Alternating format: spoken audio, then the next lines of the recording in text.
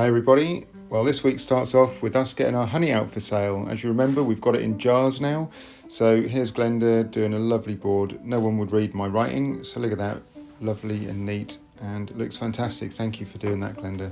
So now I just need to put it outside on the stall, and there you go. So it's just directing everyone to come to our doorstep, and there's the cool box with our honey in it. Let's have a little look, see what it looks like. Beautiful. Let's hope some people want to buy some lovely, raw, spring, natural, nourishing honey.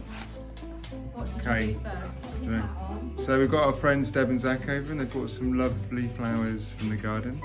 And Zach has been doing some leather work. Sounds a bit dodgy, but he's made a hat for himself. Look at that, that's fantastic. And a pair of flip-flops for Deb. This is our insane dog, Martha. Deb is Glenda's best friend from primary school, and she taught her how to make vacuum noises. So the next morning we went for a lovely walk in the countryside, and we came around a corner and there was a little muntjac deer standing there.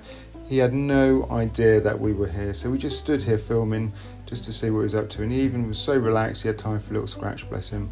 Martha was getting a little bit excited, so in the end we turned around and left the poor little thing in peace. And then we bumped into our friend Paul, who's just taken on a 2-year-old rescue dog. She's lovely. She's such a lovely little girl, isn't she? Good. You're good. Have another treat. The week had started so well, but the old saying, not everything is rosy in the garden, definitely kicked off here. Went over to the allotment and pulled a couple of onions just to see how they were getting on, and we had some end rots, so I had to pull all of them up. These are the ones which appear to be okay, so hopefully they're going to store. They've come up a little bit earlier than I would have liked. The tops are still quite green, but we had little choice, so we'll see how they get on. So we've still got a fair few, so we've got our fingers crossed. But here into the potting shed, these are the ones which had the end rot, or early signs of it anyway. So you can see there's quite a lot. These won't store, so we've got to use them. We're going to be eating a lot of onions in the next few weeks, I think. And there you go, you can see it. And then the next day I thought I'd better check the garlic, because it can be susceptible as well. And we had a little bit of an issue with the garlic, so I had to take the garlic up as well. So our greenhouse is now absolutely full of garlic and onions, and it smells. But on a happy note, here's our little celery plants, and they're looking great, and the brassicas need to go out, but I'm running out of room up the allotment. So back to the potting shed. These are the garlic which have got the end rot. They will not store again, but it's not too bad. As promised last week, elderflower champagne making is underway. So here I am, I've got my bike out, got a bucket and my secateurs. So I've headed off around some field edges. It's like being a kid. I've thrown my bike in the ground because I found some elderflowers and I've got a bit excited.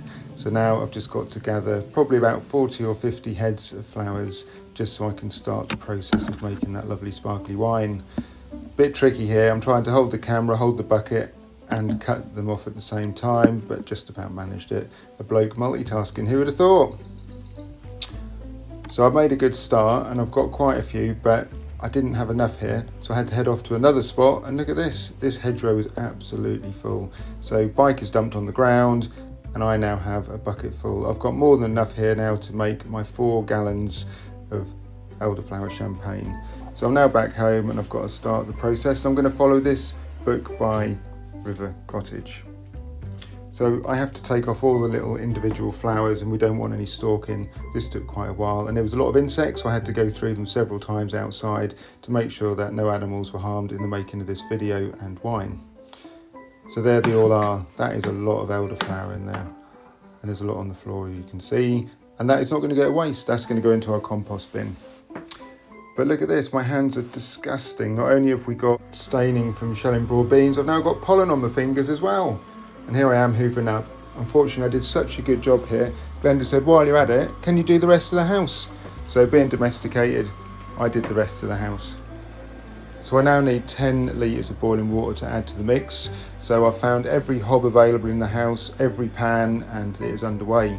But whilst that's coming to the simmer, I've got to put the zest of 8 lemons into the bucket and the juice as well.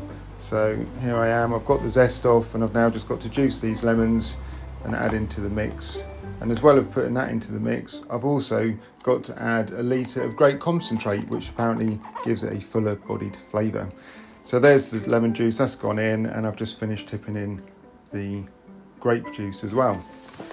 So sugar's got to go in 3.6 kilos because it's such a big batch of champagne that I'm making here. So in goes the sugar, and then we just need to add the boiling water on top of that to dissolve it. So in goes the final 2 litres, and then all I've got to do is top it up with cold water and then just wait for it to cool down before I can add the yeast into it. So here comes the cold water, nicely measured out there, and we've now got just over 4 gallons. So I've just got to let it cool. I'm checking the temperature. It's now down to about 22 degrees, so it's safe to add the yeast and it's not going to kill the yeast. But before I do that, I've just got to get my hydrometer out again because I want to check how strong it is when we've got the final brew. And this is going to come out at about 10% alcohol, so it's going to be like a nice Prosecco. Happy days. So in goes the yeast. Lid's got to go on, and then it can just go in the pantry for a few days before I put it into the demijohns. So here it is, it's in the pantry, and while we're in here, let's have a little look how the rhubarb wine is coming on. It's nearly finished fermenting and it's clearing beautifully. I'm happy with that. So final job this week, I need to get over the allotment. We've pulled up the overwintered broad beans because they've finished, and I've finally got some space to plant things out. The Swedes here and the pak choi, they were getting really kind of root bound and I needed to get them out badly. So this is a big relief for me. So in go the Swede, that's the final one going in. And now the pak choi. Some of the pak choi had started to go to seed in the trays. What a shame. And we use lots of pak chois in stir fries as well. Anyway, they're going in, give them a good water, give them a little start in life. And then all I've got to do is get the fleece over because we have a problem with flea beetles trying to eat the leaves on these things. So net's going over, and there you go, job done. So that's me for the week. Have a great week, everyone. See you next week, and thanks for watching.